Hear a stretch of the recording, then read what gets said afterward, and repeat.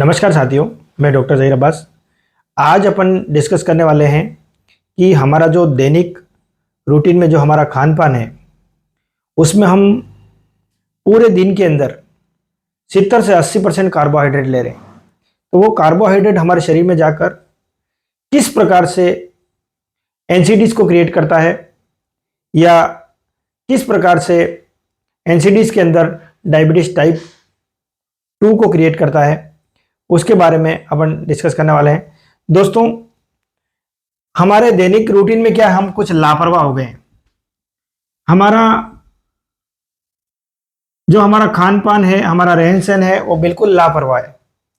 यानी कि हम सुबह उठे और शाम से सोने तक हमारा खान पान चालू रहता है, यानी कि हमारे शरीर को हमने एक कूड़ा पात्र बना दिया।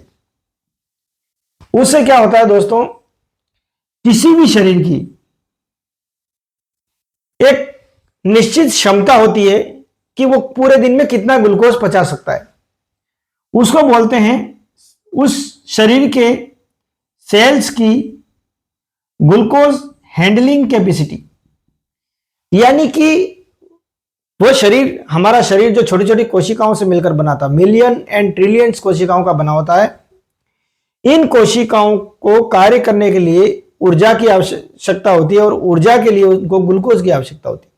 लेकिन अगर ग्लूकोज, हमारे द्वारा लिया गया ग्लूकोज जो सेल्स की रिक्वायरमेंट है उससे ज्यादा होगा, यानी कि उसकी ग्लूकोज हैंडलिंग कैपेसिटी है उससे ज्यादा होगा, तो होता क्या है एक्चुअल में, जब हमने खाना खाया, खाना खाने के बाद आंत्र के अंदर उस भोजन से ग्लूकोज निकलेगा। उस ग्लूकोज को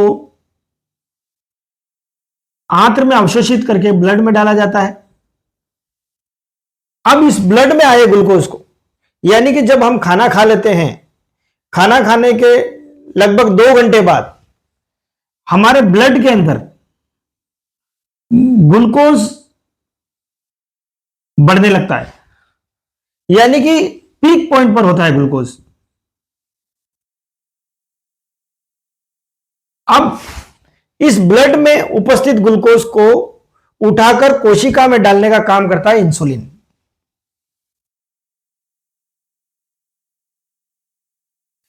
तो जब खाना खाया, ग्लूकोज ब्लड में आया, तो इसको उठाने के लिए इंसुलिन आएगा।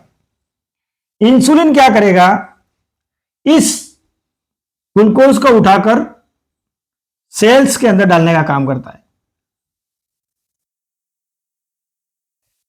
उस समय क्या होगा कि इंसुलिन की मौजूदगी में ब्लड के अंदर ग्लूकोज घट जाएगा और वह ग्लूकोज कोशिका के अंदर जाएगा।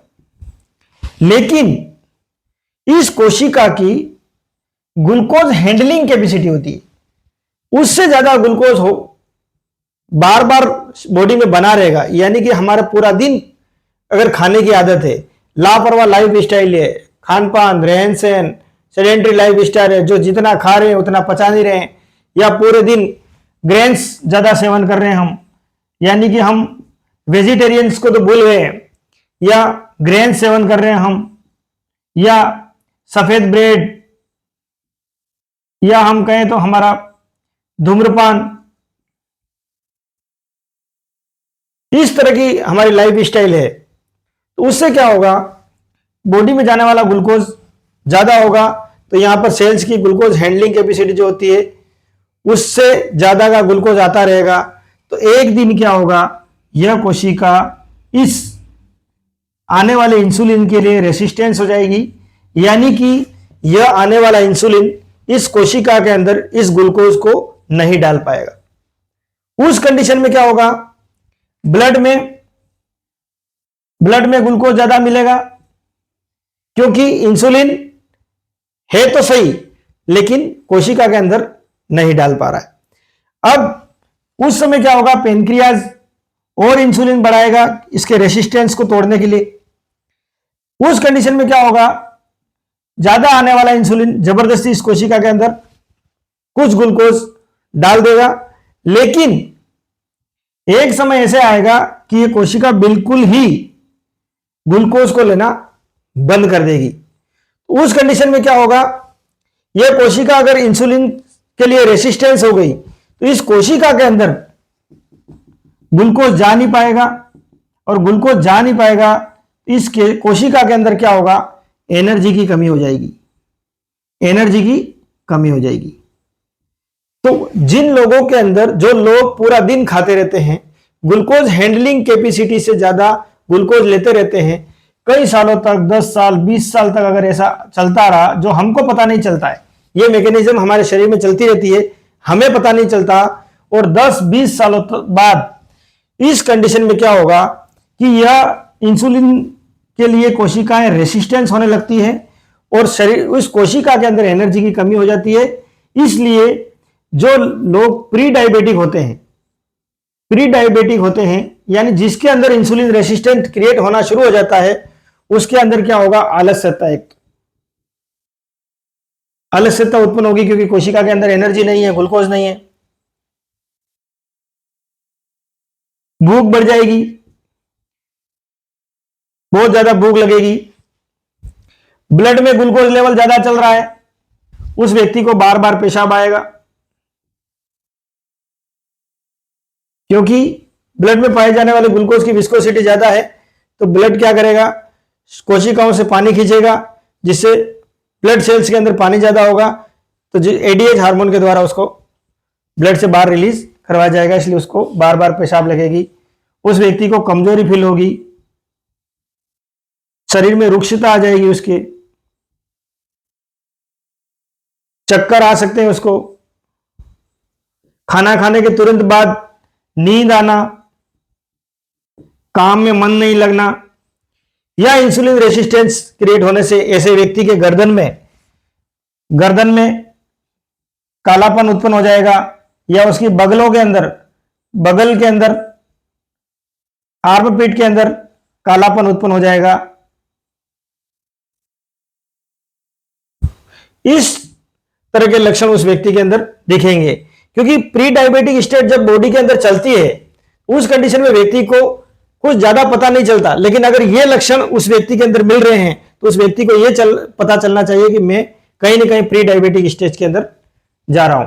दोस्तों, मैंने इस वीडियो में बताया कि हमारा जो खान पान है, उसके अंदर जो हम दैनिक रूटीन में ग्लूकोज जो ले रहे हैं, उसकी परसेंटेज को हमें कम करना चाहिए, क्योंकि डायबिटीज जो है वो एक नॉलेज और डिसिप्लिन की बीमारी है।